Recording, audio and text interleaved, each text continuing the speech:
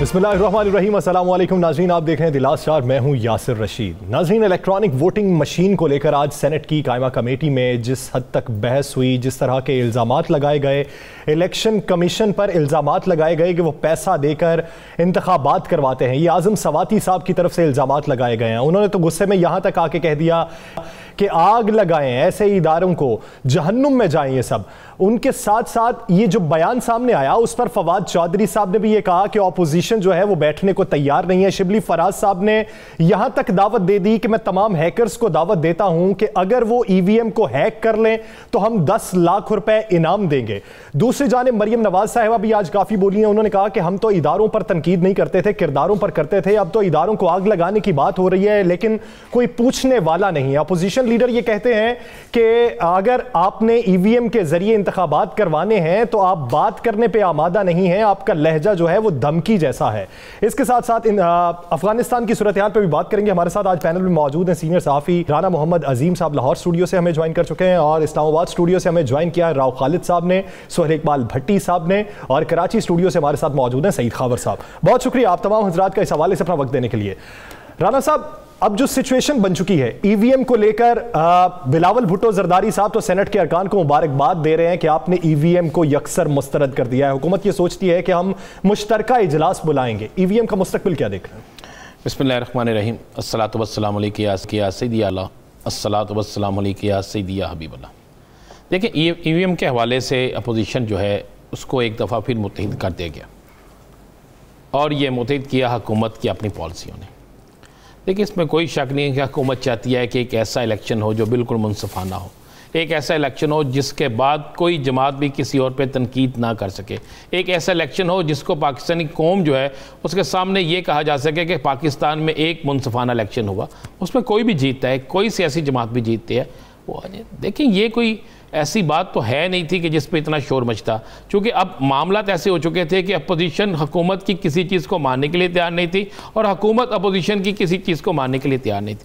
देखिए, आज जो कुछ हुआ उसके बाद सूरत हाल बिल्कुल वाज़ेह हो गई है। हुकूमत अपोजिशन आमने सामने है, हुकूमत और इलेक्शन कमीशन भी आमने सामने है। ये तो बिल्कुल क्लियर और वाज़ेह हो गया। देखिए, आज के बाद मेरे पास जो इत्तला में जी, मैंने एक अपोजिशन के बड़े अहम रहनुमा से बात की। मैंने कहा जी, इस मामले के बाद क्या करेंगे? उसने मुझे कहा कि भाई हम तो अब इलेक्शन कमीशन का साथ देंगे, और बड़ा खुल के पहले भी साथ दिया था, अब भी साथ देंगे, और हम कहेंगे कि इलेक्शन कमीशन जो है, जो आज उसकी बेइज्जती हुई है, जो आज उसके खिलाफ ज़बान इस्तेमाल की गई है, इस पर उसके खिलाफ जो है वो उन अरकान असम्बली के खिलाफ जो है कोई ना कोई एक्शन करें, आइनी कोई ना कोई अपना जो हक है वो अदा करें। अब आइन के मुताबिक अगर हम देखें तो इसमें इलेक्शन कमीशन जो है, चूँकि वो आइन पाकिस्तान के तहत काम करता है, और अगर आइन पाकिस्तान में कोई तरमीम होती है या फिर कोई ऑर्डिनेंस के कानून साजी की जाती है तो इलेक्शन कमीशन को इसे हर सूरत में मानना पड़ेगा। ये आप ज़हन में रखिएगा कि अगर कोई इस ऑर्डिनेंस के ज़रिए या कोई तरमीम आती है, मुश्तरका इजलास में आती है, नहीं तो कोई ऑर्डिनेंस आता है, तो इलेक्शन कमीशन को हर सूरत में से मानना पड़ेगा, ये कानून कहता है। उसके बाद आज जिस पे कोशिश की जा रही है कि किस तरीके से इलेक्शन कमीशन को इस तरह पंप किया जाए या कुछ ज़राए से बात पहुँचाई जाए कि आज़म सवाती समेत बाकी जो लोग हैं उनके खिलाफ कार्रवाई हो, तो कानून के मुताबिक पार्लियामेंट के अंदर अगर कोई इलेक्शन कमीशन का खिलाफ बात होती है तो इस पर कोई आर्टिकल 69 के तहत अरकान असम्बली को तहफ़्फ़ुज़ हासिल है कि वो उस पर कोई ऐसा काम नहीं हो सकता। अब उसके बाद जब आगे चले जाते हैं आप, इसमें मैक्सिमम क्या हो सकता है? मैक्सिमम ये होता है हद तक इज़्ज़त का एक दावा, वो किया जा सकता है। इसके अलावा और अगर आप कहें कि और मामला वो नहीं हो सकता। अब इलेक्शन कमीशन, एक चीज़ बड़ी ज़ेर गौर है, बड़ी बहस की जा रही है कि आखिरकार इलेक्शन कमीशन क्या ये सब कुछ सियासी जमातों के कहने पे कर रहा है?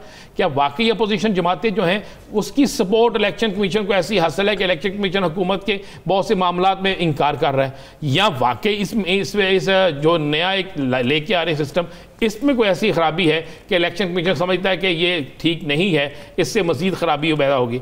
कुछ ज़राए तो ये कहते हैं कि ये इलेक्शन कमीशन जो है उसको किसी की थपकी हासिल है, हम ये मानने के लिए तैयार नहीं हैं। कुछ ज़राए कहते हैं कि उसको थपकी हासिल है और थपकी जो है उसकी बुनियाद पर वो कर रहे हैं। हम नहीं, ये ज़राए कह रहे हैं, हम नहीं कह रहे। कुछ लोगों का कहना, मसलन आज एक बड़े मारूफ कानूनदान जो हैं उन्होंने भी मुझे यही बात की कि ये इस तरह हो रहा है। मैंने कहा कि भाई अगर ऐसे होता तो बहुत से और मामला में फवाद चौधरी साहब भी तो ये कह रहे। अब जो नई गेम चल रही है, जो नया सिलसिला चलना है, जो नई खबर है उसमें तो ये है कि अपोजिशन जमातें जो हैं उनके एक एक रुकन जो हैं वो बाकायदा अब इस मामले पे इस EVM के हवाले से उन्होंने प्लानिंग ये बनाई है कि इस सिस्टम को रोकने के लिए कानूनी रास्ता जो है वो क्या बनाया जाए। अच्छा, एक तो अगर ये बिल पास होता और ये सारा कुछ हो जाता तो फिर आप इसके खिलाफ चले जाते किसी अदालत में, लेकिन कानून फिर भी कहते हैं कि असम्बली से जो बिल पास होता है आप उसके खिलाफ नहीं जा सकते। आप अब इन्होंने ये किया है कि इसके खिलाफ एक चीज़ मौजूद है कि वो है किसी अदालत से, किसी बड़ी अदालत से इसके खिलाफ स्टे ले लेना। अगर इसके खिलाफ स्टे ले लिया जाता है और स्टे के बावजूद भी कोई कानून साजी हो जाती है तो फिर इलेक्शन कमीशन को इख्तियार हासिल है कि वो इसको रोक सकता है। अब ये वाला हरबा जो है वो इस्तेमाल करने की कोशिश की जाएगी। और दूसरा जो है आइंदा कल जिनका फैसला हो जाएगा अपोजिशन का मुश्तरका, सॉरी कल कह रहा हूँ, मुश्तरका जो पार्लियामेंट का इजलास है उसके बाद ये इनका ये फैसला हो जाएगा। ईवान सदर साहब की तकरीर के बाद भी ये फैसला करेंगे। उसके बाद इन्होंने बाइकआउट करने का फैसला किया, बाइकआउट, लेकिन उसके बाद एक भरपूर एहतजाज का फैसला हुआ है। ये एहतजाज होगा इस्लामाबाद में और ये अरकान पार्लियामेंट एहतजाज करेंगे अपोजिशन के, और ये एहतजाज हुकूमत के ख़िलाफ़ और इलेक्शन कमीशन के हक़ में होगा। ये पहली दफ़ा बड़ा अजीब सा होगा कि अपोजिशन जो है वो इलेक्शन कमीशन के हक़ में और हुकूमत के अलावा एहतजाज करेगी। वही अपोजिशन जो कुछ अर्सा पहले इसी इलेक्शन कमीशन के चीफ इलेक्शन कमीशन के खिलाफ इसी के दफ्तर के बाहर एहतजाज करी। ये एक प्लानिंग है और ये मामला मुझे हल होता नज़र नहीं आता। और इसमें आईनी तौर पर देखा जाए तो जब तक हुकूमत इसका आर्डिनेंस नहीं लाती है, बिल मंजूर नहीं करती, उस वक्त तक हुकूमत भी जो है वो हवा में खड़ी है। जब तक आर्डिनेंस नहीं आता, बाकायदा कानून नहीं बन जाता, तब तक हुकूमत हवा में है। राव साहब, आप क्या राय रखते हैं? अपोजिशन ये कहती है कि EVM का आइडिया मुस्तरद हो जाने पे हुकूमत इलेक्शन कमीशन को धमकाने पे उतर आई है। फवाद चौधरी साहब ने आज कह दिया कि chief election commissioner mouthpiece बन चुके हैं, और साथ ही साथ उन्होंने ये भी कह दिया कि उनका नवाज शरीफ साहब से करीबी ताल्लुक है, इसलिए वो उनकी जुबान बोल रहे हैं। तो ये इदारों के माबैन लड़ाई नहीं हो जाएगी? देखिए, लड़ाई तो हो चुकी है, शुरू है अब लड़ाई। अब इससे ज़्यादा क्या होगी कि वो स्वाति साहब कह रहे हैं आग लगा दें इसको और ये पैसे ले रहे हैं, और वो मेरा ख्याल है रिएक्ट उन्होंने पहले भी किया था इलेक्शन कमीशन ने, अब फिर करेंगे। देखिए, दो पहलू हैं इसके। एक तो है टेक्नोलॉजी का इस्तेमाल जो बुनियादी चीज़ है, तो उस पर तो जो क्वेश्चन उठा रहे हैं वो तो उनकी बदनीयती है, जो भी हैं लोग या गड़बड़ फैलाना चाह रहे हैं उसकी बुनियाद पे, टेक्नोलॉजी की बुनियाद पे, इससे कोई गड़बड़ हो जाएगी। उसके दुनिया भर में टेक्नोलॉजी इस्तेमाल हो रही है, मुख्तलिफ शोबों में हो रही है, बैंकों में हो रही है, करोड़ों अरबों रुपए डॉलरों में ट्रांसफ़र होते हैं उसके ज़रिए, बड़ी सीमलेस जिसको कहते हैं ट्रांजैक्शंस होती हैं। आप क्रेडिट कार्ड यूज़ करते हैं और इस तरह की बहुत सी अभी ऑनलाइन आ गई, टैक्स कलेक्शन सारी पाकिस्तान में इतनी ज़्यादा ऐप्स आ गई हैं।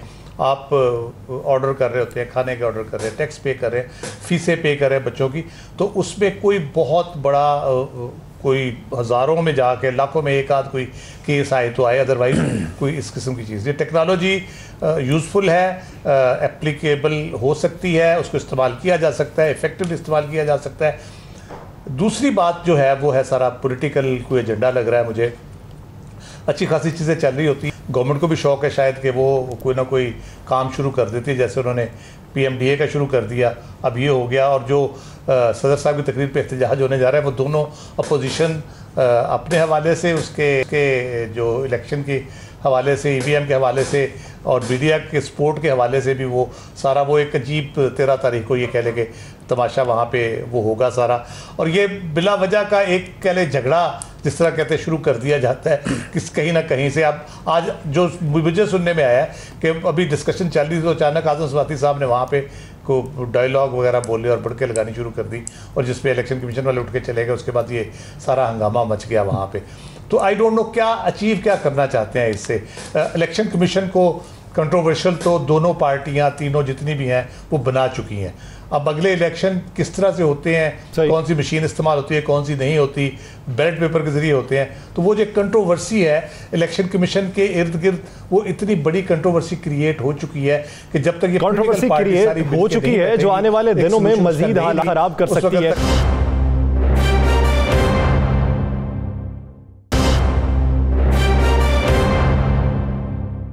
खबर साहब, आप क्या राय रखते हैं कि आज की सेनेट कमेटी के इजलास में जो गुफ्तगू हुई, जिस तरह मामला इस नहज तक पहुंच चुका है, अगरचे गुस्से में अदा किए गए अल्फाज थे, लेकिन ऐसा रवैया हुकूमत के लिए कितना खतरनाक होगा?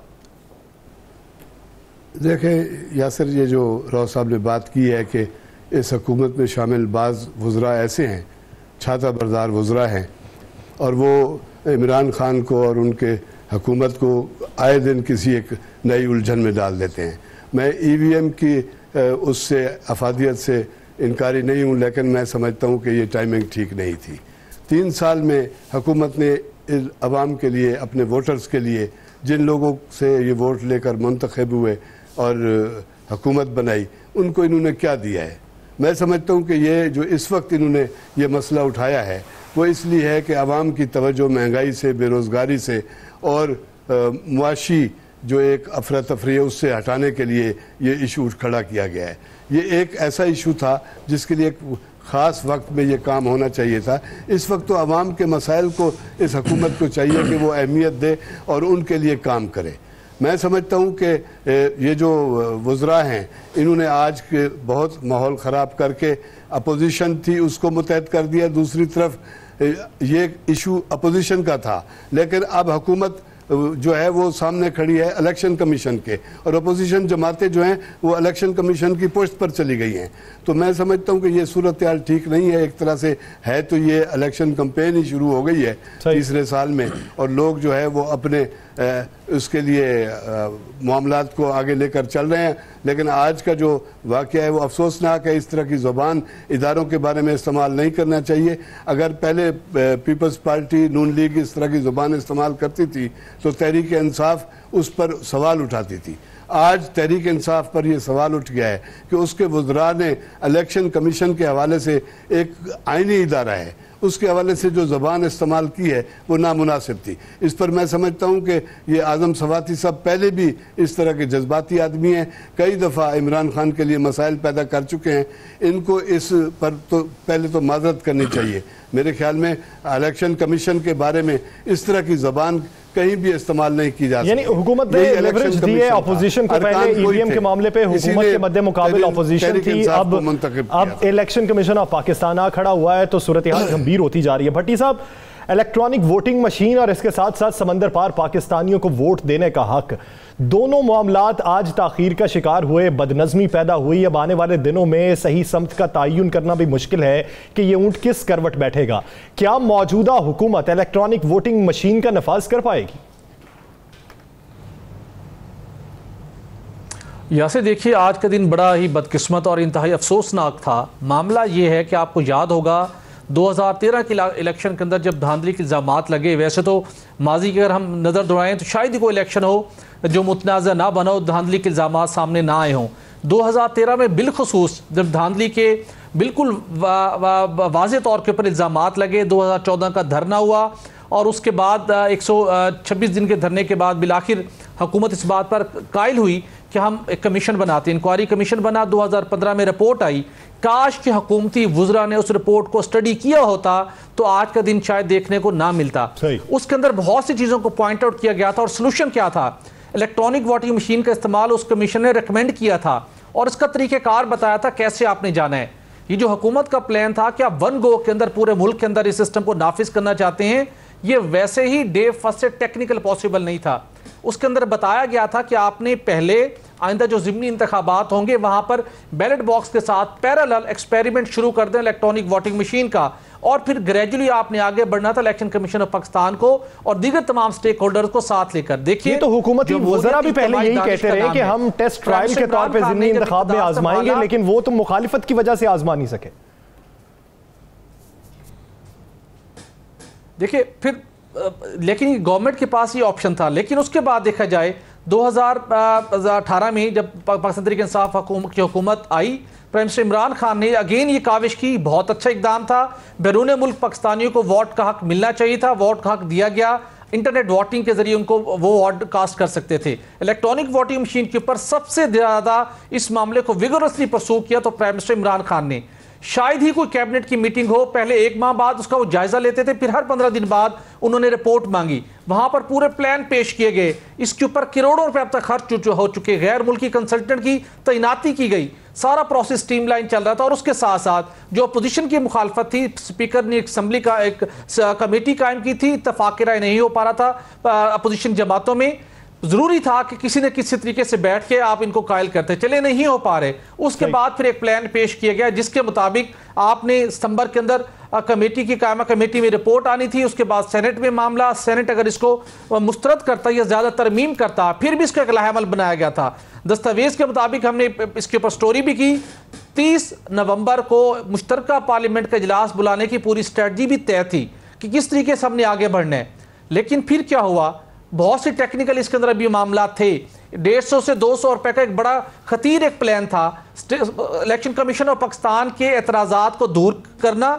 एतराज़ात आते हैं जब भी आप कोई बड़े लेवल के ऊपर कोई पॉलिसी मेकिंग करते हैं, और ये तो फिर एक मुल्की तरीके के अंदर एक बड़ा इक़दाम था। एतराज़ात आते हैं, आप बैठते हैं, उन एतराज़ात को दूर करते हैं।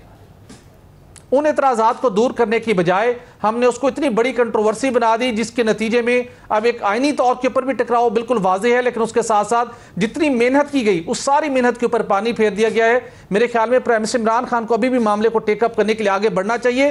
चीफ इलेक्शन कमिश्नर किसने अपॉइंट किया था, किसने नॉमिनेट किया था, किसने अप्रूवल दी थी? इसी फेडरल कैबिनेट ने अप्रूवल दी थी। आपके पास सब रिपोर्ट्स आती हैं किसके साथ लिंकेजेस है। तो अब उन चीजों को आप बेस बनाकर जिनको खुद आपने अपॉइंट किया, इस तरह से चीजों को खराब करेंगे। अभी भी वक्त है कि इस चीज के ऊपर असर न हो, इसका जायजा लिया जाए। अभी भी वक्त है कि इस चीज पर असर होना चाहिए। अगर हमने वज़ीर-ए-आज़म इमरान खान को एक कदम बढ़ना होगा और एक कदम आगे बढ़ के ऑपोजिशन को भी इस मुशावरत में शामिल करके एतमाद में लेके ईवीएम का कानून नाफिज करना चाहिए। अगर ऑपोजिशन इलेक्शन कमीशन के साथ मिली रही तो हुकूमत के लिए मुश्किलात पेश आ सकती है। नाज़रीन, आज से 20 साल पहले का 9/11 जिसको बुनियाद बनाकर अफगानिस्तान में दखल अंदाजी की गई, और कल का 9/11, इसका तकाबुली जायजा लेंगे एक शॉर्ट ब्रेक के बाद। Stay with us.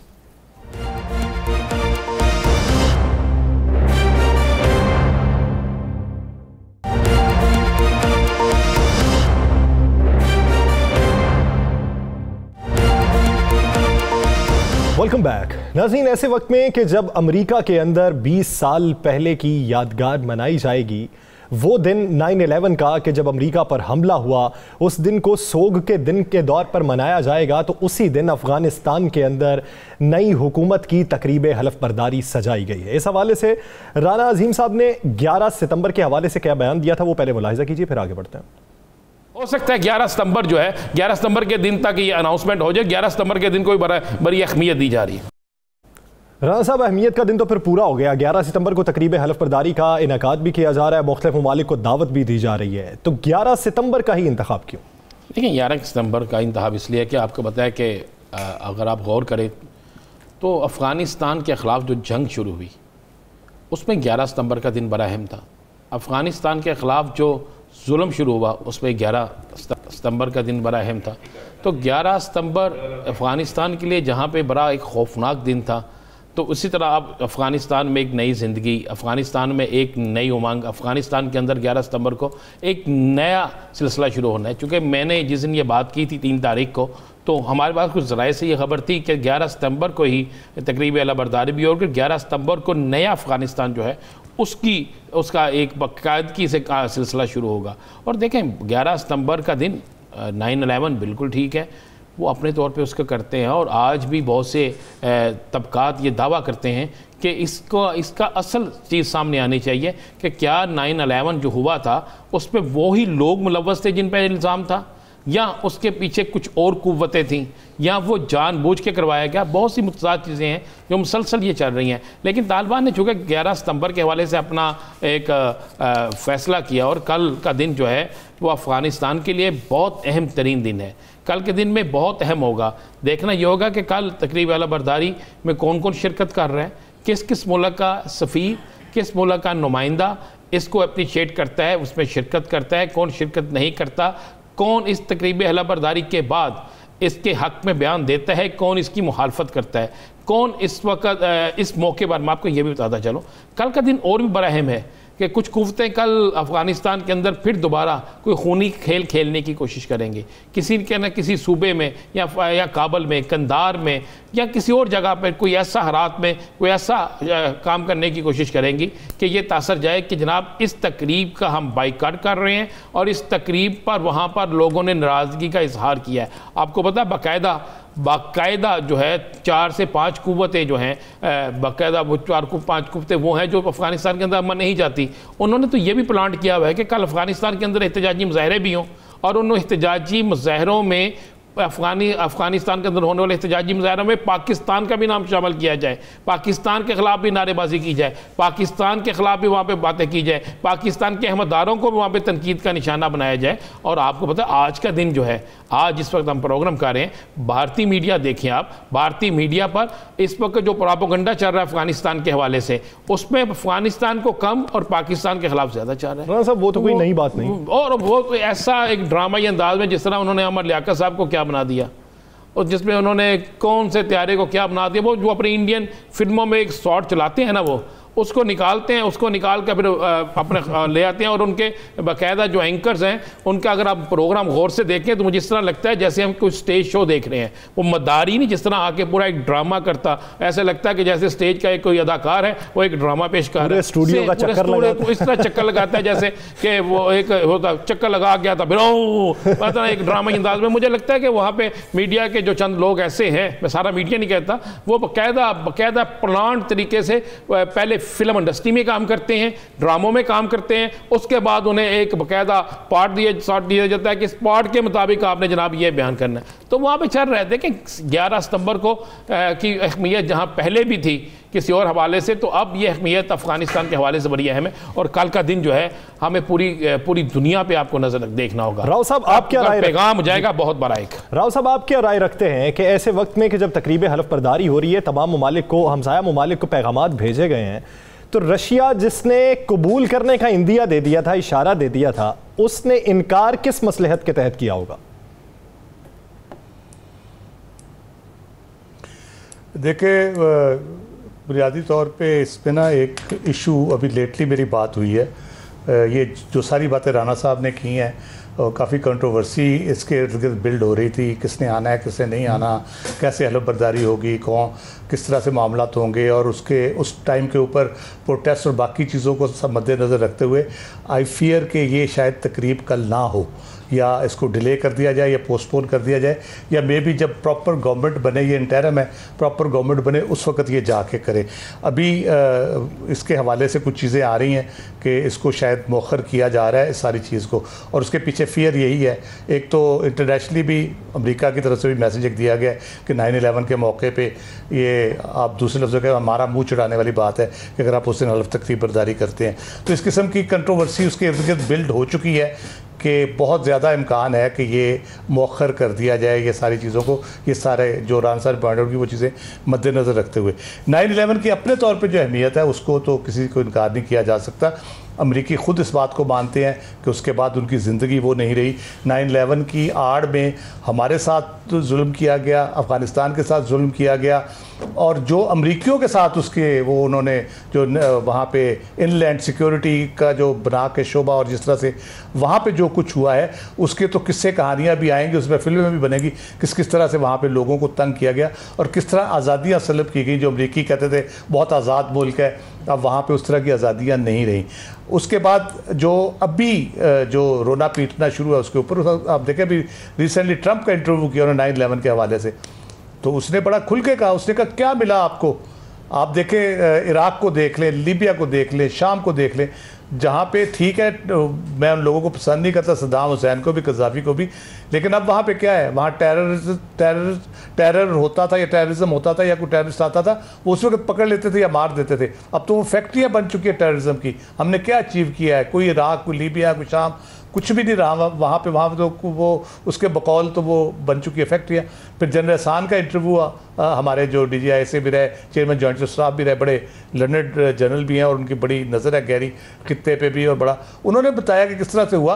और ये मैं उस वक्त कवर करता था, उस जनरल मुशर्रफ के साथ मैं APP में था, मेरी ड्यूटी थी।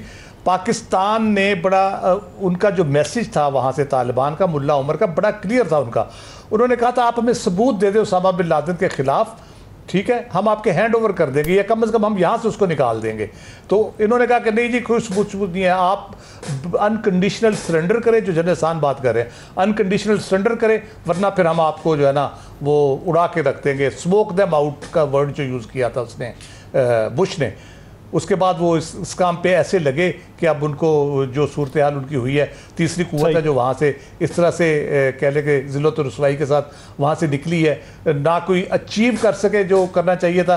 ख़ित्ते की तबाही अलहदा से हुई, अफ़गानिस्तान की तबाही अलहदा से हुई, और ख़ुद उनको अपना जो नुकसान उठाना पड़ा माली और जानी, वो एक अलहदा हुआ। और हम दुआ ही कर सकते हैं कि 9/11 कम अज़ कम सबक सीखे, अमेरिका भी सीखे और बाकी दुनिया भी सीखे कि इस किस्म की जो चीज़ें हैं सबक सीखना चाहिए दुनिया को कि किस तरह के आपने तजर्बात किए, उन तजर्बात का नतीजा क्या रहा। खबर साहब, आप क्या समझते हैं? बिलावल भुट्टो ज़रदारी साहब ये कहते हैं कि वज़ीर-ए-आज़म इमरान खान साहब अफगानिस्तान के मसले पर तन्हाई का शिकार हैं।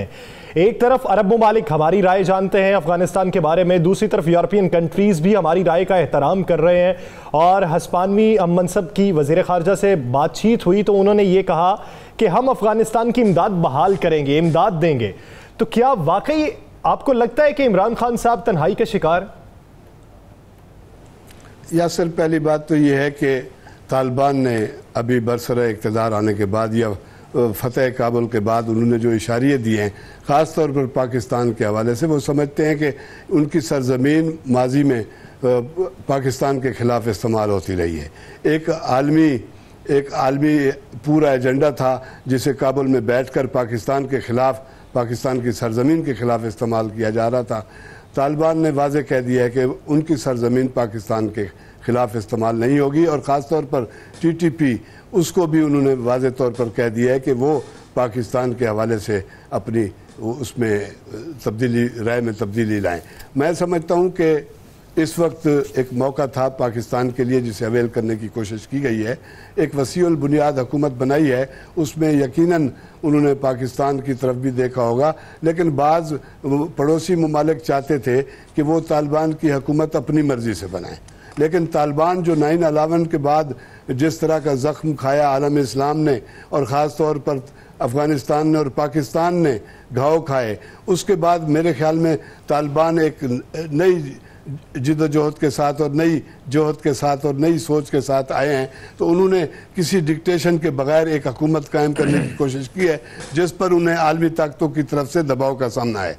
लेकिन मैं समझता हूँ कि पाकिस्तान किसी सूरत में भी अफ़गानिस्तान के मसले से जुदा नहीं हो सकता और ना ही पाकिस्तान अलग रह सकता है, क्योंकि ये 9/11 का जो वाक़या था पिछला, वो जो था वो एक ज़िंदगी और मौत का मसला था मुसलमानों के लिए, अफ़गानिस्तान के लिए और पाकिस्तान के लिए। हम पर एक अंधी जंग मुसल्लत की गई, और अब ये जो 9/11 आ रहा है ये एक लाइफ लाइन है, ये लाइफ लाइन है, खुशखबरी है अफ़गान अवाम के लिए, अफ़गानिस्तान के लिए। और इसमें यकीनन कुछ नई जहतें आएंगी, नए जाविये बनेंगे सियासत के रीजन में, ख़ास तौर पर आलमी सतह पर भी अक़वाम आलम भी तकसीम होंगी। कुछ लोग तालिबान के साथ खड़े होंगे और कुछ लोग समझते हैं कि पाकिस्तान तालिबान के पीछे है, मुखालिफत करेंगे। लेकिन रफ्ता रफ्ता उन पर आया होगा कि तालिबान की जो अकदार हैं, उनके जो दावे हैं वो किस हद तक उस पर पूरा उतरे, फिर माइल भी हो जाएंगे। सुहेल इकबाल भट्टी साहब, आप क्या समझते हैं कि अफ़गानिस्तान के हमसाया ममालिक का आइंदा इजलास वज़राए ख़ारजा का ईरान में होगा, उसके पॉजिटिव नताइज क्या निकल सकते हैं? यहाँ देखिए, जो खित्ते की तेज़ी से बदलती हुई सूरत हाल है और अफ़गानिस्तान की बिलखुसूस जो सूरत हाल है, उसके तनाजुर में इन ममालिक का किरदार कलीदी है। पहले भी अब तक जो मुज़ाकराती सेशन हुए, इन ममालिक ने बिलखुसूस ईरान, रूस, चीन, पाकिस्तान ने कलीदी किरदार अदा किया। तुर्की भी पेश रहा। कुछ रोज़ कबल तक कुछ इतलात ऐसे सामने आए कि जो अफ़गानिस्तान के अंदर जो अबूरी हुकूमत का सेटअप बना और जो जिस तरीके से अफ़गानिस्तान के अंदर हालात चलाए जा रहे हैं, उसके ऊपर कुछ तहफ़्फ़ुज़ात पे भी पैदा हुए थे ईरान के। अब मामलात ने आगे बढ़ना है और पाकिस्तान समेत रूस, चीन, ईरान, तुर्की की कोशिश है कि हालात माजी की तरह बिल्कुल ख़राब ना हो। और इस वक्त जो सबसे बड़ा चैलेंज है वो ये है कि अफ़गानिस्तान के अंदर पायदार अमन कायम हो और उसके साथ साथ जो मुआशी तरक्की है और उसके साथ जो अफ़गानिस्तान की तमीर नौ है उसके अंदर किरदार अदा किया जाए। तो इन चीज़ों को तय करने के लिए ज़रूरी है कि खित्ते के तमाम ममालिक अपना किरदार अदा करें। एक इम्प्रेशन ज़रूर है कि चीन इसके अंदर एक लीडिंग रोल प्ले करेगा और वहाँ पर तमीर नौ का आगाज़ होगा, लेकिन उसके लिए ज़रूरी है कि जो ईरान है, पाकिस्तान, रशिया, चीन, मुख्तलिफ ग्रुप्स के हवाले से अगर जो बात की जाती है कि इनका एक इन्फ्लुएंस है, ईरान का बहुत ज़्यादा एक इन्फ्लुएंस है, तो उस तरीके से तमाम स्टेक होल्डर एक सेम पेज पर होने की डेफिनेटली कोशिश करेंगे कि जो वहाँ पे अगले इक़दाम होने उसके अंदर अपना अपना किरदार अदा किया जाए। कि बसूरत दीगर कुछ ताकतें ऐसी हैं जिनका राना अजीम साहब ने भी इशारा किया कि वो चाहेंगी कि अफ़गानिस्तान के हालात ख़राब हो, अफगानिस्तान के हालात बेहतर ना हो, यहाँ पर अमन कायम ना हो। अब जो अगर वो अमन की हालत नहीं रहती तो इसके नतीजे में ईरान भी मुतासिर होने का खदशा रहता है। पाकिस्तान ने तो पहले ही बेपनाह कुर्बानियाँ दी और खित्ते के दीगर ममालिक भी उससे मुतासिर होंगे। तो इस मकसद के लिए सबको कुछ अर्सा पहले कुछ रोज़ कब दोहा में भी एक सेशन हुआ जहाँ पर इन्हीं मामलात को ज़ेर गौर लाया गया। उसके बाद मुख्तलिफ ममालिक के इंटेलिजेंस सरबराहान ने भी वहाँ विजिट किया और चीज़ों को ममालिक को ये किरदार अदा करना चाहिए कि खित्ते में पुरअमन माहौल कायम करने के लिए उन्हें मुस्बत किरदार अदा करने की ज़रूरत है और एक जॉइंट एफर्ट होनी चाहिए जिससे अफगानिस्तान की सूरत हाल बेहतर हो सके। आगे बढ़ते हैं और कुछ सियासी मंजरनामे पे बात कर लेते हैं। राना साहब, अब जो बात चल रही है, पीडीएम ये कहती है कि हमने हुकूमत की 3 साल कारकर्दगी पे वाइट पेपर जारी करना है। एक तरफ पाकिस्तान मुस्लिम लीग नून ने ऐलान किया था और अब पीडीएम करना चाह रही है। आज जो बयान हुआ कि अगर ईवीएम दोबारा से मुसल्लत की गई तो हम लॉन्ग मार्च भी करेंगे। तो पहले ही लॉन्ग मार्च का मकसद कुछ और था, अब लॉन्ग मार्च को ईवीएम से मंसूब कर दिया, इसके पीछे क्या बात? देखें, एक मैंने आपसे पहले कहा कि ईवीएम के मामले पे अपोजिशन जो है मुत्तहिद हो गई है, बिल्कुल मुत्तहिद हो गई है और उन्होंने सिर्फ उस एक मामले पे मुत्तहिद होगी। कोई लॉन्ग मार्च नहीं होगा, कोई कुछ नहीं होगा। मैं फिर आपसे कह रहा हूँ, इस मामले पे नहीं होगा। इस मामले का एंड भी जो है अगले 8 से 10 दिन में निकल आएगा। इसका जो भी हल है वो निकल आएगा और अभी तक तो इस पर बज़ाहिर हुकूमत की पसपाई नज़र आती है अभी तक जो है। उसके बाद क्या सूरत हाल होती है ये वक्तन वक्तन देखा जाएगा। देखें, एक बात तो यासर बड़ी क्लियर है, बड़ी क्लियर है। कोई एक हल्का ऐसा है पाकिस्तान का जहाँ पे जाली वोट नहीं है, कोई एक हल्का। मुझे आज इजाज़ चौधरी साहब के पास में बैठा था, सेनेटर जो है, तो वो एक तैयार कर रहे थे इसी हवाले से, जाली वोटिंग के हवाले। तो मुझे उन्होंने कुछ डॉक्यूमेंट्स दिखाए तो मैं देख के परेशान हो गया यासर कि एक घर के अंदर एक मर्द है, 17 औरतें हैं। वोट किस तरह बना हुआ, एक मर्द है, 17 औरतें हैं और उनका आपस में कोई रिश्ता नहीं बनता। इसी तरह उसी मतलब उन्होंने मुझे 3 ब्लॉक दिखाए। यहाँ पे तो हमारे मरे हुए वोट डाल के आ जाते हैं। मतलब 3 मुझे ऐसे ब्लॉक दिखाए, 3 ब्लॉक में इतने वोट थे, मतलब उतनी आबादी नहीं थी जितने वहाँ पे वोट थे। यानी तनासब आबादी के लिहाज से देखा जाए, वोटिंग के लिहाज से देखा जाए, तनासब में बराबर वाज़ेह फ़र्क था। अब वो वोट किसने बनवाए, वो सारा कुछ किसने किया? उन लोगों ने किया जो इलेक्शन लड़ने के मास्टर थे, जिन्हें पता था इलेक्शन किस तरह लड़ना है, जिन्हें पता था किस तरह जाली वोट कास्ट करने हैं और ज़्यादातर खवातीन के होते हैं वो। तो अब वो कुव्वतें, वो लोग जो हैं, वो जमातें किस तरह बर्दाश्त करेंगी कि किसी सूरत में भी ये इलेक्शन हो जाए, ये नया सिस्टम आ जाए। नया सिस्टम आ जाता है तो उससे बहुत सी जो जमातें हैं उनके लिए नुकसान होगा, बहुत से उम्मीदवारों के लिए नुकसान होगा। वो उम्मीदवार पीटीआई के अंदर भी हैं, वो पीपल्स पार्टी के अंदर भी हैं, वो मुस्लिम लीग नून के अंदर भी हैं, वो एमकेएम के अंदर भी हैं, वो मुस्लिम लीग का तमाम सियासी जमातों के अंदर मौजूद है। इसलिए इस मामले पर हुकूमत को अपने अंदर से भी मुखालफत का सामना करना पड़ेगा। अगर इस पर वोटिंग का मरहला कोई आ गया तो मैं आपको बिल्कुल हकीकत कह रहा हूँ, हुकूमत के अंदर से बहुत से लोग जो हैं इस पे किसी और तरफ हुकूमत को अपोजिशन का सामना करने से पहले अंदरूनी तौर पे भी मुखालिफत का सामना करना पड़ सकता है। ना शॉर्ट ब्रेक के बाद हम गुफ्तगू करेंगे सिंध की हालिया सूरत हाल की और एमकेएम के इल्जामात पे बात की जाएगी। Stay with us.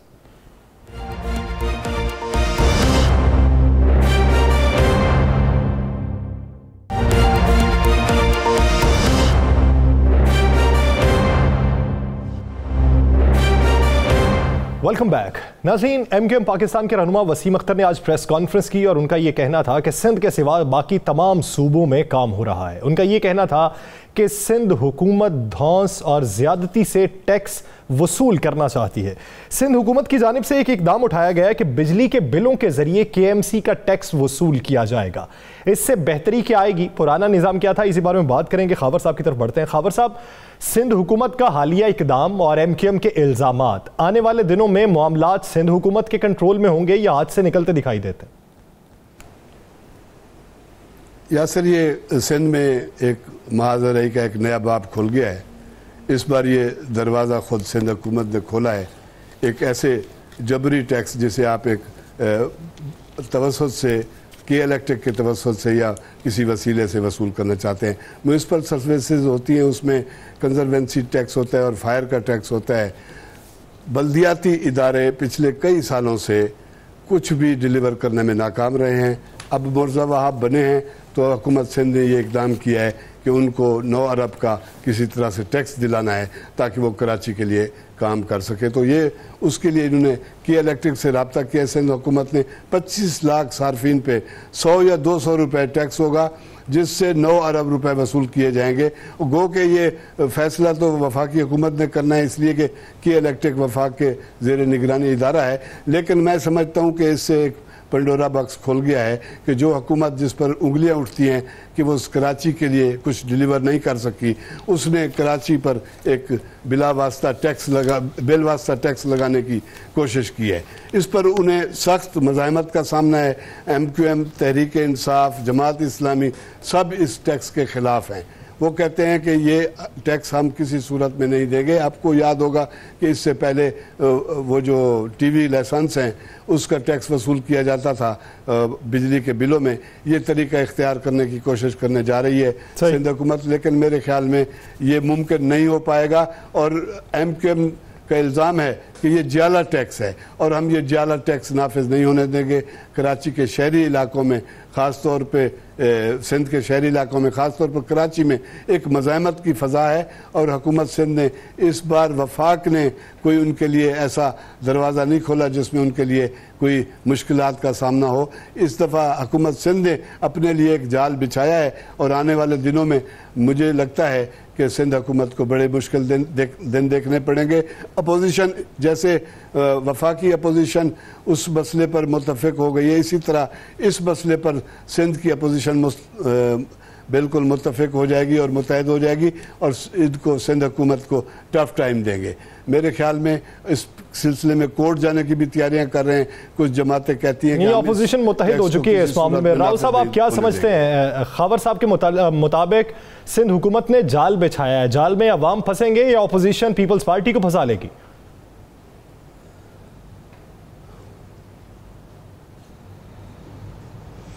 जी यासिर, ये जाल जो सिंध हुकूमत है वो जाल तो 13 साल से बिछाया हुआ उसने, और पता नहीं कौन कौन सी मछलियाँ उसने पकड़ी हैं और वो पकड़ के बाहर बेचते रहते हैं, पाकिस्तान में तो नज़र नहीं आती।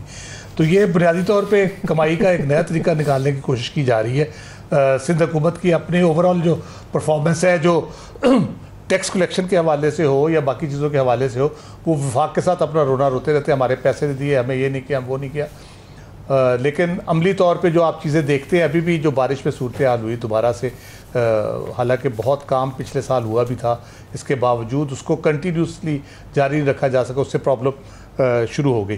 फेडरल गवर्नमेंट अब ये क्या करते हैं, फेडरल गवर्नमेंट पूरे ज़ोर से लगी हुई है कि वो बल्दियाती इलेक्शन से पहले वहाँ पे कोई अपनी कारकर्दगी कोई इस किस्म की कर दे, जिसकी बात दी है। अगले हफ्ते शायद, अभी आज खुसरो बख्तियार साहब भी वहाँ गए हुए थे, प्रेस कॉन्फ्रेंस भी किया, अगले हफ्ते शायद वो कराची सर्कुलर रेलवे का इफ्तिताह करने जा रहे हैं प्राइम मिनिस्टर वहाँ पे। इस तरह से ग्रीन लाइन होगी, बाकी चीज़ें होगी, और बाकी जो डेवलपमेंट प्रोजेक्ट्स हैं, जैसा कि मैं पहले भी कई दफ़ा कह चुका हूँ कि ये डेवलपमेंट एजेंडे पे काम कर रही है गवर्नमेंट। 2 साल इसने इसी पे करना है और मैक्सिमम फोकस इस पे रखना है। तो वो वहाँ पे काम करेंगे तो वो एक कह लें कि सेटबैक होगा। एक तरफ एक गवर्नमेंट है जो वहाँ आके बाहर से आके काम कर रही है, और एक वहाँ की गवर्नमेंट है जो इस सूरत हाल में जहाँ वो खुद गवर्नमेंट पे एतराज़ करते हैं, महंगाई हो गई है, बेरोज़गारी बढ़ रही है, उसमें टैक्स लगा के मज़ीद बोझ लोगों पे बढ़ाने की कोशिश की जा रही है, लोगों को तंग करने की एक कोशिश की जा रही है।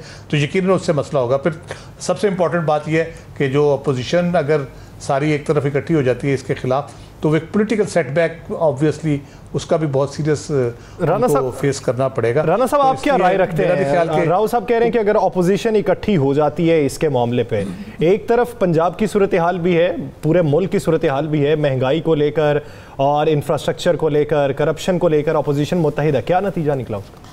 लेकिन नतीजा तो कुछ नहीं निकला ना। तो अभी तक अवामी रद्द-ए-अमल वो नहीं आया। अपोजिशन जो है वो अपने जलसे जुलूस कर बैठी, अपोजिशन ने एहतजाज कर बैठी, लेकिन वो अवामी रद्द-ए-अमल जो किसी भी हुकूमत को मफलूज कर दे, वो अवामी रद्द-ए-अमल जिसके बाद हुकूमतों को अपने फैसले बदलने पड़े, वो अवामी रद्द-ए-अमल जिसमें अवाम खुद शामिल हो, वो अभी तक ना अपोजिशन कर सकी है, ना पंजाब में कर सकी है, ना KPK में कर सकी है, ना बलोचिस्तान में कर सकी है, और ना ही वो अपोजिशन जो है वो सिंध के अंदर कर सकी है। अब सिंध के अंदर मुत्तहिद हो जाएंगे। देखें, एंटी पीपल्स पार्टी जितनी कुव्वतें हैं, जिसमें मौलाना फजलुर रहमान की अपनी जमात भी शामिल है, वो सारे जो है किसी न किसी मामले पे इकट्ठे हो जाएंगे, सिंध की हद तक वो इकट्ठे हो जाएंगे, सब अपना अपना मंजन वहाँ बेचेंगे, सब अपने अपनी बात वहाँ पे करेंगे। लेकिन असल बात जो है ये इस वक्त ये आइंदा 2 से 3 माह जो है वो हर सूबे के अंदर हर जमात को टफ टाइम मिलने वाले हैं। एक फजा बनती जा रही है, 2 साल पहले ये फजा बनती जा रही है कि शायद इलेक्शन कबल अज़ वक्त होने वाले हैं, शायद इलेक्शन जो है उसके मामला कुछ और होने वाले हैं। तो इन चीज़ों से आगे जाके हालात चेंज होंगे। ज़हन में रखिएगा ये जो हावर साहब ने कहा ये तो एक इशू है, लेकिन असल इशू जो है वो 2 दिन बाद आना है, जिस पर पीपल्स पार्टी ने और जिस पर मुस्लिम लीग नून ने चीखना है, जिस पर हो सकता है तहरीक इंसाफ भी चीखे, वो है कंटोनमेंट बोर्ड के इलेक्शन। कंटोनमेंट बोर्ड के इलेक्शन में अगर हुक्मरान जमात जीत जाती है तो अपोजिशन उसको कहेगी धांधली है, अपोजिशन कहेगी जनाब हम इस पर तहरीक चलाएंगे। आप ज़हन में रखिए ख्वाजा साद रफीक साहब ने क्या कहा, ख्वाजा साद रफीक साहब ने क्या कहा अपनी लाहौर में कि जनाब हम फिर लाहौर को मस्कन बना लेंगे, लाहौर में कुछ और हालात हो जाएंगे। यही मामला दीगर शहरों में होंगे। ये 12 तारीख के इलेक्शन के बाद सूरत चेंज होती जाएगी। 12 तारीख के इलेक्शन के बाद एक नई चीज़ सामने आ जाएगी, 13 को कुछ और मामला है, 12 को कुछ और। आप आने वाले दिनों का तयन 12 तारीख के बाद का कर रहे हैं, उसके नताइज का। भट्टी साहब क्या राय रखते हैं? राना साहब कहते हैं कि हुकूमत को टफ टाइम मिलेगा, काम के हवाले से मिलेगा, किन कामों के हवाले से मिलेगा? आवाम तो उठते नहीं। आज जो बिजली के बिलों पर मजीद टैक्स लगा दिया गया, फी यूनिट रेट बढ़ा दिया गया, सोने की कीमत बढ़ गई, आज के दिन डॉलर ही बढ़ा, 1800 अरब के कर्जे बढ़ गए, आटा भी महंगा हो चुका है, LPG महंगी हो चुकी है, टैक्स छूट खत्म करने का फैसला कर लिया है। हुकूमत सेटबैक अपने लिए खुद बनाएगी या फिर आवाम को उठना होगा? देखिए, अल्टीमेटली जब हुकूमत कुछ ऐसे इकदाम करती है जो आवाम को सूट नहीं करते, जो मज़ीद महंगाई का बायस बनते हैं या आवाम के ऊपर भारी बोझ का बायस बनते हैं, तो उसके ऊपर रिएक्शन तो आता है। लेकिन हमेशा तरीक़ाकार यही रहता है कि अपोजिशन जमातों के तवस्सुत से अवामी मसाइल हुकूमतों की तवज्जो में आती हैं। हुकूमतें अपने फ़ैसलों पर नज़रसानी करने पर मजबूर होती हैं। माज़ी में बहुत बड़े बड़े ऐसे फ़ैसले किए गए, पेट्रोलियम मसनूआत की कीमतें हों या बिजली के बिलों का मामला हो, जब उसके ऊपर रिएक्शन आया तो उसके ऊपर अमल दरामद रोका गया। लेकिन इस वक्त मसला ये है कि जिस अपोजिशन ने अवाम की आवाज़ ईवान के इक़्तिदार के ईवानों तक पहुँचानी होती है, बरसे इक़्तिदार जमात को अंडर प्रेशर लाना होता है, वो अपोजिशन खुद उसके अंदर दम खम नहीं है। वो सिर्फ उस हद तक बयान ज़रूर देते हैं कि उनकी मौजूदगी का लोगों को एहसास रहे, लेकिन उससे आगे बढ़कर ना कोई तहरीक चलाने की पोजीशन में है, ना कोई हुकूमत को इससे ज़्यादा टफ टाइम दे सकता है। वजह क्या है कि अपोजिशन जमातों के मौजूद बेशतर अरकान नैब EFI के बाहर या एंटी करप्शन इस्टेब्लिशमेंट सिंध के अंदर वो पेशियां भुगतते दिखाई देते हैं। उन्हें पता है कि ये उनके कौन सा ग्रे एरियाज़ हैं, अगर इससे ज़्यादा हुकूमत को टफ टाइम देंगे तो उनके लिए अपने लिए मुश्किलात पैदा होंगी। तो उन अपोजिशन के जो रहनुमा हैं वो खुद बहुत से मसाइल का दो चार हैं। प्रेस कॉन्फ्रेंस कर देना, स्टेटमेंट जारी कर देना, इस हद तक तो उन्हें सूट करता है। लेकिन अब इस मामले का जो हुकूमतें जो भी इक़दाम कर रही हैं उसका अल्टीमेटली जो उनका हिसाब होगा या अवाम का रिएक्शन होगा वो आइंदा के इंतखाबात में होगा। जब अवाम के पास ये बल्दियाती इंतखाबात हुए, अवाम वहाँ पर अपना गम गुस्सा या अपनी राय का इज़हार करेंगे। इक़दामात का रिएक्शन जो है वो अपोजिशन की सूरत में तो वैसा नहीं आएगा, लेकिन इंतखाबात की सूरत में असल आपको भुगतना होगा कि जो आपने इक़दामात अच्छे किए हैं तो उसके भी नताइज आपको अच्छे मिलेंगे, अगर बुरे किए हैं तो नताइज भी बुरे हो सकते हैं। बहुत शुक्रिया राना मोहम्मद अजीम साहब, सुहेल इकबाल भट्टी साहब, राव खालिद साहब और सईद खावर साहब इस हवाले से अपना वक्त देने के लिए। नाज़रीन, दी लास्ट आवर से मुझे दीजिए इजाज़त। अल्लाह निगहबान।